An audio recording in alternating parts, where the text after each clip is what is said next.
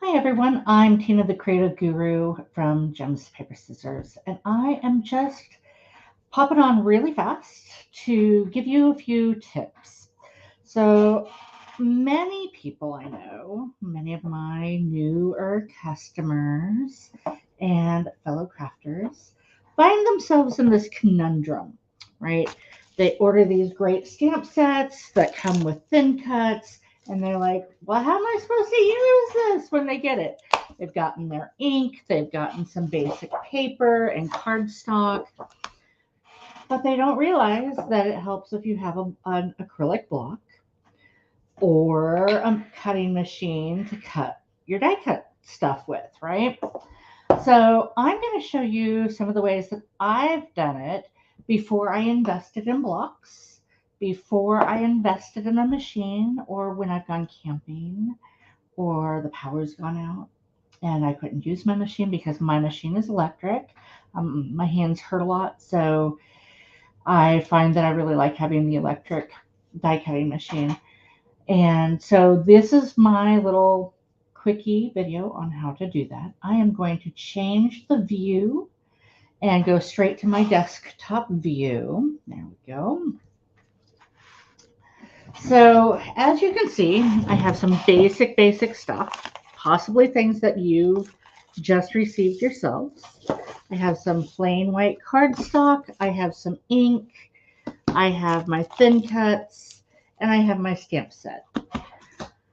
Typically, you would go on ahead and pull out your handy dandy little acrylic blocks to peel up with.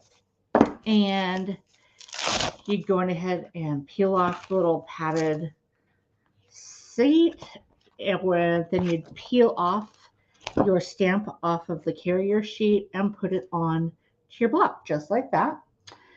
But we're going to say you didn't know that you needed a block and you don't have one and you'd like to use your stuff. And so, what are your options?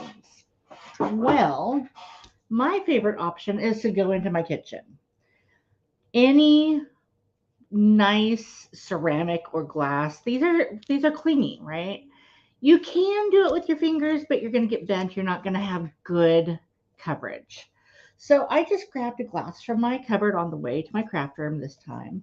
You season your stamp pad, your stamp, because there's a little coating to keep them safe when it comes out of manufacturing, which is done right in our close to my heart warehouse. And you stick it to something. I have used Pyrex baking pans, I've used glasses, I've used a lot of things. So that's my favorite go-to option. The other thing, now it's nicer if you have a block. Here's a block. It's a little grungy because I use and abuse it. But say you want to play with your stamp. One of the advantages of these stamps is they are not static, right? So let's say I want this to have a little bit more of a curve. I can go ahead and seat that with a lot more curve instead of being almost straight across. I can have it curve the other way. Well, it's a little strange to me, but I could do that. It's really handy, especially when you've got decorative stamps or sayings that you're trying to curve around something else. So there's just some ideas. And so what I did, I'm going to put this block off to the side again. And you can do that even on your Pyrex or your glass, but it does work better on a block. So I'm going to use the Sage ink, and this fun little foamy thing helps this stamp more thoroughly. It gives better coverage. So I'm going to put that underneath my work surface. I'm going to grab my ink. I'm going to grab my glass. It could be canning jars. But basically, you want to make sure it's something that you're not going to mind getting inky. I mean, it will wash off and all, but it's kind of nice not having to worry about it. So I'm getting it all nice and juicy, as you can see. And I'm just going to stamp it. Boop. just like that. And I usually, you don't have to hold it. You don't have to press hard. I just usually give it a moment before I lift it off so that it has a chance to get into the fibers. And that's all there is to it. Simple, no need for a block. It is better with a block. It is smoother. You get better coverage, especially on the more solid stamps. The bigger they are, the harder they are to stamp. So this was just a nice small one. It fit the base of my dish. I'm cleaning it off with just some basic water and a wipe that I keep handy. We do have stamp chamois, but I forgot to get it wet before I came in. So that's all there is to it. And then you just peel it up and then put it back onto your carrier sheet so that you don't misplace it, so that you know what stamp set it belongs to. Put your foam mat back in and then store it in your envelope. I know people that have been doing this for years and years and years and years, and then they hop into the groups going, does anybody know what stamp set this belongs to? And it's one image that they forgot to put away.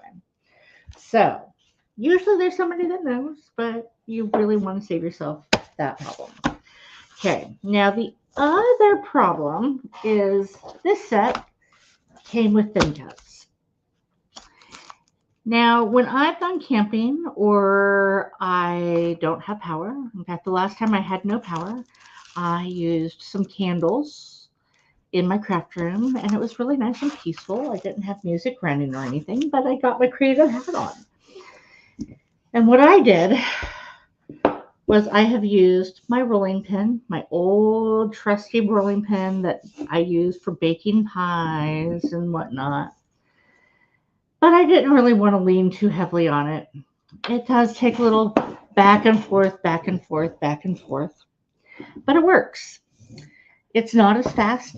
It's not as convenient. Although, if you're doing a whole page of these, you can lay them all out, and it's faster to do it with a rolling pin than it is with my other backup plan. My other backup plan is I tape with painter's tape or washi tape my thin cut to my cardstock, and then I rub it and rub it and rub it with a rock. I've gone camping and just literally picked up a rock, cleaned it so it wasn't going to smudge icky things onto my paper, and just sat down in front of the campfire and rubbed around the thin cut along this sharper edge. I'm going to pull this out so you can actually see. And as you can see, there's this edge. That's what cuts your paper.